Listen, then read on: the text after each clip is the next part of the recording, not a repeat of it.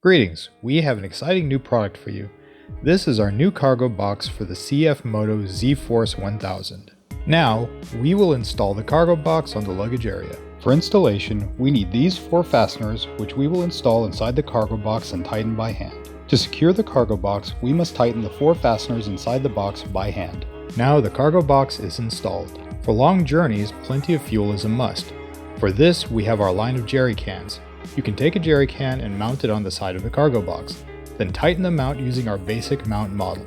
Our cargo box is optimized for the UTV design. If desired, you can install 2 jerry cans, meaning an additional 10 liters of fuel. In its maximized configuration, it looks like this. Here are the following advantages of our cargo boxes. Durable locks with key.